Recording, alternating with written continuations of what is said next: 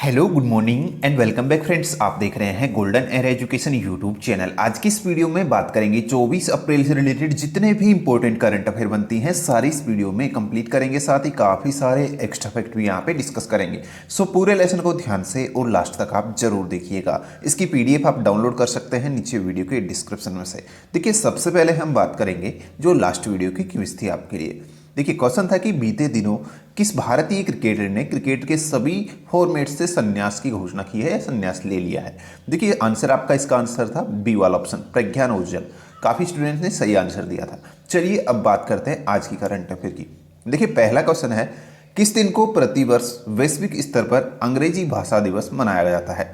तो अंग्रेजी भाषा दिवस हर साल जो है 23 अप्रैल को मनाया जाता है। देखिए, यहाँ पर क्यों मनाया जाता है, किस लिए मनाया जाता है। प्रतिवर्ष 23 अप्रैल को ये मनाया जाता है। और आपको बता दें, 23 अप्रैल को जो विलियम शेक्सपियर का नाम आपने अच्छे से सुना होगा, इनकी जन्मतिथि और मृत्यु तिथि होने के कारण इसको अंग्रेजी भाषा दिवस के रूप में चुना गया था 23 अप्रैल को। ठीक है, इसी कारण से ये मनाया जाता है। 2010 में जन सूचना विभाग ने संयुक्त राष्ट्र की सभी 6 आधिकारिक भाषाओं के लिए दिवस की स्थापना की पहल शुरू की थी, जिसमें एक पहल यहाँ पे अंग्रेजी भाषा के लिए थी, जिसको 23 अप्रैल के लिए मतलब की मान्यता दी गई थी। उसके अलावा दो और भाषा जो थी, उसमें अरबी भाषा दिवस को भी यहाँ पे मनाने की घोषणा की गई थी 2010 में, जिसमें 18 दिसंबर को अरबी भाषा दिवस के रूप में चुना गया था। और यहाँ पे चीनी दिवस जो है ये 20 अप्रैल को चुना गया था। अंग्रेजी को 23 के लिए चुना गया था और फ्रांसीसी भाषा को जो है 20 अप्रैल के लिए चुना गया था। रूसी भाषा दिवस जो है ये 6 जून को चुना गया था। ठीक है, तो ये यहाँ पे अन्य जो भाषाएं हैं इनको मनाए जाने वाले दिवस है। इसके अलावा हिंदी दिवस जो मनाया जाता है वो आपको पता ही है, 14 सितंबर को जो है हिंदी दिवस मनाया जाता है। ठीक है, तो ये चीज़ें आप ध्यान रखिएगा। चलिए नेक्स्ट क्वेश्चन देखिए यहाँ पे, 22 अप्रैल 2020 को किसने अपने पहले सैन्य उपग्रह नूर को सफलतापूर्वक लॉन्च कर दिया है। तो आंसर होगा ये है ईरान का। ईरान का ये पहला सैन्य उपग्रह है जिसको नाम क्या दिया गया है, नूर। इसको नाम दिया गया है, क्या नाम दिया गया है, नूर। और किसका है ये, ईरान का है सैन्य उपग्रह इसका। ठीक है, पहला। यहाँ पर अगर मैं बात करता हूँ तो इसका जो प्रक्षेपण है वो ईरान के मध्य रेगिस्तान से किया गया था, सेंट्रल डिजर्ट से। और मध्य रेगिस्तान को जो है फारसी भाषा में दास्त ए काबिर के नाम से भी जाना जाता है। क्या नाम से जाना जाता है, ये जाना जाता है दस्त ए काबिर के नाम से भी। जो मध्य रेगिस्तान है इसको जाना जाता है। ये काफ़ी इंपॉर्टेंट पॉइंट है, ध्यान रखिएगा, ये इसका नाम है। ठीक है, यहाँ पर देखिए काफ़ी यहाँ एक चीज़ आप जो आपने पिछले टाइम पे चर्चा में रही थी काफ़ी ज़्यादा, जो ईरान द्वारा किया गया प्रक्षेपण अमेरिका और ईरान के मध्य परमाणु समझौते और जनवरी 2020 में अमेरिकी ड्रोन हमले में मारे गए सैन्य जनरल कासिम सुलेमानी को लेकर दोनों देशों में बढ़ते तनाव के बाद ये परीक्षण किया गया।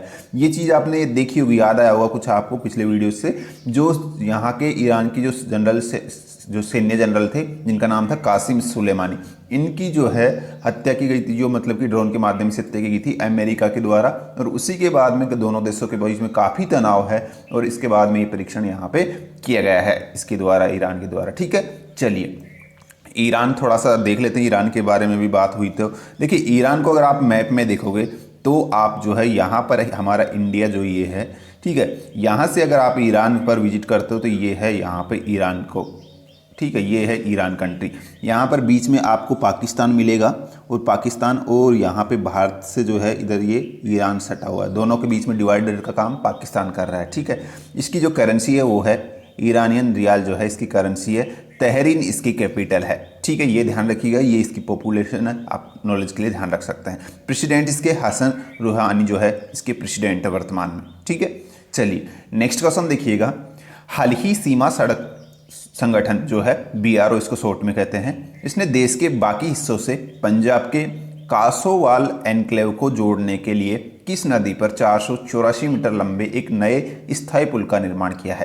तो ये पुल निर्मित किया गया है रावी नदी पर। देखिए, यहाँ पर इसका मतलब कि उद्देश्य क्या है, पंजाब के कासोवाल एनक्लेव को जो है अन्य हिस्सों से जोड़ने के लिए ही ये पुल बनाया गया है। और ये कहाँ पर बनाया गया है, रावी नदी पर बनाया गया है। इसकी लंबाई कितनी है, 484 मीटर इसकी लंबाई है, जो कि रावी नदी पर बनाया गया है। चलिए यहाँ पर आपको ध्यान रखना है, देखिए 484 मीटर लंबे इस पुल का निर्माण जो है किस प्रोजेक्ट के तहत किया गया है, इस प्रोजेक्ट का नाम है चेतक प्रोजेक्ट। देखिए चेतक प्रोजेक्ट के तहत ही 49 सीमा सड़क कार्यबल द्वारा जो है ये यहाँ पर किया गया है इसका निर्माण। ठीक है, इसकी लंबाई आप जरूर ध्यान रखिएगा 484 मीटर है। ठीक है, अगर इसकी लागत आप नॉलेज के लिए ध्यान रखें तो 17.89 करोड़ जो है इसकी लागत है। और अगर यहाँ पे बात करें इसके अलावा तो देखिए प्रत्येक वर्ष यहाँ पर पहले एक पुल था, ध्यान रखिएगा, एक पंटून नाम से एक जो है यहाँ पर पुल था इससे पहले, जो हर साल मानसून आने पर बिल्कुल टूट जाता था। ठीक है, जो रावी नदी है उसकी तेज धारा बहाव से, इसी कारण से यहाँ पर जो है हजारों एकड़ उपजाऊ भूमि जो है वो उस पर किसान कृषि नहीं कर पाते थे, और अब उन सभी को ये बेनिफिट मिलेगा इस ब्रिज के कारण। ठीक है, तो ये ध्यान रखिएगा। उसके बाद में देखिए पंजाब की हमने बात की, थोड़ा पंजाब के बारे में भी जान लेते हैं। देखिए पंजाब को अगर आप मैप में देखोगे तो ये इधर सटा हुआ है राजस्थान, देखिए यहाँ पर इधर राजस्थान। ठीक है, इस तरीके से यहाँ पर ये पंजाब है। अगर यहाँ पे मैं बात करता हूँ पंजाब के बारे में और थोड़ा सा, तो कैपिटल इसकी चंडीगढ़ है। और अगर यहाँ पे लार्जेस्ट सिटी की बात करते हैं तो लुधियाना है। जिलों की संख्या इसके अंदर कितनी है पंजाब में? 22 है। गवर्नर कौन है वर्तमान में पंजाब के? वीपी सिंह बदनौर इसके वर्तमान में गवर्नर है। मुख्यमंत्री कौन है इसके वर्तमान में? कैप्टन अमरिंदर सिंह जो है कांग्रेस से, ये इसके कौन है? मुख्यमंत्री हैं। अगर आपसे यहाँ पे लोकसभा सीटों की संख्या पूछी जाती है तो आपको बताना है 13 लोकसभा सीटें यहाँ पर। राज्यसभा सीटों की संख्या पूछी जाती है तो 7 राज्यसभा सीटें हैं पंजाब के अंदर। एरिया के हिसाब से इसका स्थान पूछा जाता है तो 20वां स्थान है पंजाब का देश के अंदर। ठीक है, चलिए नेक्स्ट क्वेश्चन देखिएगा। केंद्रीय मानव संसाधन विकास मंत्री ने नई दिल्ली में ई लर्निंग सामग्री को विकसित करने और उसमें योगदान के लिए कौन सा कार्यक्रम का शुरुआत किया है या शुभारंभ किया है? तो इस कार्यक्रम को क्या नाम दिया गया है? विद्यादान इसको नाम दिया गया है। विद्यादान 2.0 इसको नाम दिया गया है। किसके द्वारा शुरू किया गया है? केंद्रीय मानव संसाधन विकास मंत्रालय के द्वारा। ठीक है, कहाँ पर? दिल्ली के अंदर इसको विकसित किया गया है। चलिए यहाँ पर अगर आप देख सकते हैं कुछ इस तरीके से इसका लोगो है।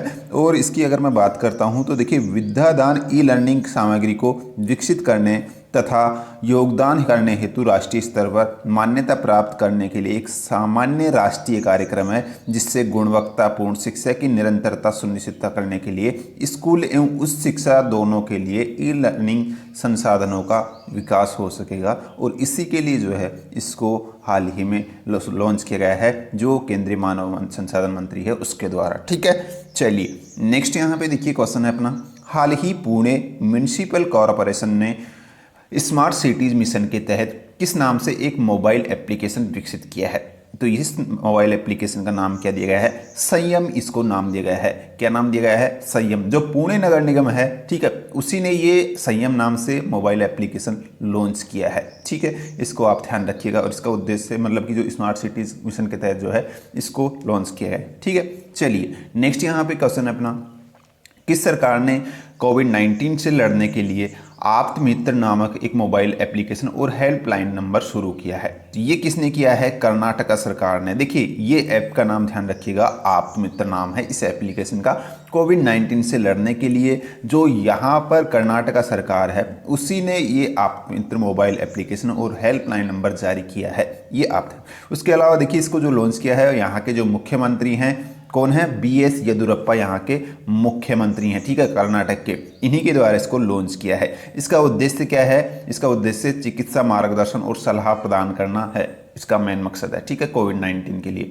चलिए नेक्स्ट यहाँ पे देखिए, हमने बात कहाँ की है? कर्नाटका की बात हमने की है। थोड़ा सा कर्नाटका के बारे में भी हम जान लेते हैं। देखिए कर्नाटका की अगर बात करते हैं मैप के अंदर तो आप देख पाएंगे यहाँ पर है आपका कर्नाटका। ठीक है, आपको ये ध्यान रखना है, इधर महाराष्ट्र से ये गिरा हुआ है। ठीक है, इधर केरल से ये गिरा हुआ है, इधर कर्नाटक तमिलनाडु से जो है ये गिरा हुआ है। यहाँ पर अगर मैं बात करता हूँ इसकी फॉर्मेशन डेट, फॉर्मेशन हुआ था इसका कब? 1 नवंबर 1956 को जो है इसका गठन हुआ था। कब हुआ था? 1 नवंबर 1956 को। यहाँ पर इसकी कैपिटल की अगर बात की जाए तो कैपिटल इसकी बेंगलुरु है। जिलों की संख्या अगर पूछी जाती है तो अभी वर्तमान में 30 जिले हैं यहाँ पे। और अगर यहाँ गवर्नर की बात करते हैं तो यहाँ पर गवर्नर कौन है? वाजूभाई वाला यहाँ के वर्तमान में गवर्नर है। कौन है? वाजूभाई वाला। मुख्यमंत्री जो मैंने अभी बताया BS येदियुरप्पा, जिन्होंने ये एप्लीकेशन लॉन्च की है, बीजेपी सरकार से हैं। और अगर यहाँ पे मैं बात करता हूँ इसके जो मतलब कि राज्यसभा सीटों की, तो राज्यसभा सीटों की संख्या यहाँ पर कितनी है? 13 है। राज्यसभा सीटों की संख्या कितनी है? 13 है। और लोकसभा सीटों की संख्या कितनी है? 28 यहाँ पे लोकसभा सीटों की संख्या है। ये दोनों आप ध्यान रखिएगा। चलिए नेक्स्ट यहाँ पे क्वेश्चन देखिए अपना, विश्व चैंपियन PV सिंधु को किस अभियान का एम्बेसडर नामित किया गया है? तो कौन से अभियान का राजदूत जो है यहाँ पे PV सिंधु को बनाया गया है, जो विश्व चैंपियन है, ठीक है। तो इनको बनाया गया है IM बैडमिंटन जो अभियान है, इसी का इनको एम्बेसडर नियुक्त किया गया है, राजदूत। चलिए थोड़ा विस्तार से जानते हैं। देखिए यहाँ पर ये जो अभियान है ये किसने शुरू किया है? ये किया है विश्व बैडमिंटन महासंघ ने। विश्व बैडमिंटन महासंघ ने जो है इसको शुरू किया है। और इसका मतलब कि उद्देश्य क्या है? जागरूक, एक तरीके से ये जागरूकता अभियान है, ठीक है। इसी के लिए यहाँ जो भारत की तरफ से इसका राजदूत चुना गया है वो भारतीय बैडमिंटन प्लेयर PV सिंधु को चुना गया है। यहाँ इसके अलावा अन्य देशों के जो इसके लिए राजदूत चुने गए हैं उसमें कुछ और नाम शामिल है, जिसमें कनाडा के जो मिशेल ली है ये शामिल है, चीन के झांग सी वेई जो है इसमें शामिल हैं, यूहान जो है इसमें शामिल हैं, और जो इंग्लैंड के जैक सेबर्ड है वो इसमें शामिल है, जर्मनी के वालेस्का नोबलात जो है इसमें शामिल है, हांगकांग के चान हो इसमें शामिल है, ठीक है। तो इस तरीके से ये अन्य कंट्रीज़ के जो व्यक्ति जो खिलाड़ी है वो भी इसमें शामिल है। देखिए इस अभियान का मतलब कि शुरू करने का मकसद क्या है, ये क्यों शुरू किया है? तो मैंने जैसा कि बताया विश्व बैडमिंटन संघ के द्वारा इसको शुरू किया गया है। और इस अभियान में खिलाड़ियों को बैडमिंटन खेल के प्रति अपना लगाव, सम्मान व्यक्त करने के लिए एक मंच प्रदान करने के मकसद से ही इस अभियान को शुरू किया जाता है, ठीक है। ये आप ध्यान रखिएगा। PV सिंधु की यहाँ पे हम बात कर रहे हैं, ओलंपिक में इन्होंने रजत पदक जीता था। और कुछ पिछले अचीवमेंट्स की अगर मैं बात करता हूँ तो यहाँ पे देखिए इनको पद्मश्री जो है मिल चुका है 2015 के अंदर। उसके अलावा यहाँ पर the youth highest civilian award जो है ये पद्मश्री ये इनको मिला है। और उसके अलावा अर्जुन अवार्ड इनको 2013 में मिल चुका था। 2016 में जो है इनको राजीव गांधी खेल रत्न अवार्ड से सम्मानित किया गया था। काफ़ी इंपॉर्टेंट चीज़ है, ये ध्यान रखिएगा। इसके अलावा कुछ अन्य अवार्ड जो यहाँ पे FICCI के द्वारा जो है 2014 में इसमें पर्सन ऑफ द ईयर का अवार्ड दिया गया था। NDTV India of the year का 14 में दिया गया था इनको, ठीक है। ये कुछ अचीवमेंट्स हैं इनके, ठीक है। चलिए नेक्स्ट यहाँ पे विश्व पुस्तक व कॉपीराइट दिवस का प्रतिवर्ष किस दिन को मनाया जाता है? तो ये हर साल 23 अप्रैल को मनाया जाता है, विश्व पुस्तक तथा कॉपीराइट दिवस। थोड़ा सा यहाँ पे अगर बात करते हैं तो देखिए इसकी शुरुआत कब हुई थी? इसकी शुरुआत हुई थी 1995 के अंदर। 23 अप्रैल 1995 में इसको शुरू किया गया था। तब से हर साल जो है इसको मनाया जाता है। विश्व पुस्तक दिवस के रूप में भी जो है इसको जाना जाता है। और लोगों में जो है किताबों के प्रति जागरूक प्रेम बढ़ाने और उनको उसके लिए प्रोत्साहित करने के मकसद से ही इसको मनाया जाता है, ठीक है। चलिए नेक्स्ट यहाँ पे देखिए क्वेश्चन है अपना, international motorcycle manufacture association, short में इसको कहते हैं IMMA, इसने बजाज ऑटो के कार्यकारी निदेशक जिन्हें 2 साल के लिए अपना नया अध्यक्ष नियुक्त किया है, इनका नाम क्या है? क्वेश्चन देखिए यहाँ पर इसका सही आंसर पहले आप ध्यान रखिएगा, राकेश शर्मा जो है इसका सही आंसर है। क्या नाम है? राकेश शर्मा, ठीक है। अब यहाँ पे देखिए थोड़ा सा जो आपको बता दें राकेश शर्मा कौन है, ये बजाज ऑटो के कार्यकारी निदेशक हैं। कौन है?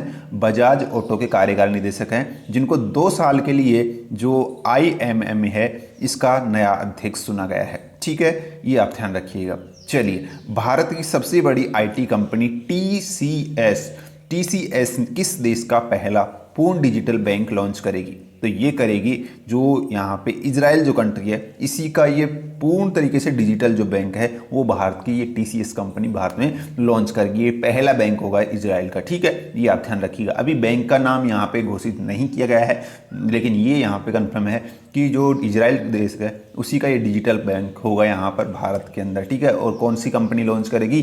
TCS जो भारत की कंपनी है वो इसको लॉन्च करेगी। चलिए इजराइल के बारे में बात की है, थोड़ा सा इजराइल भी यहाँ पे चल लेते हैं।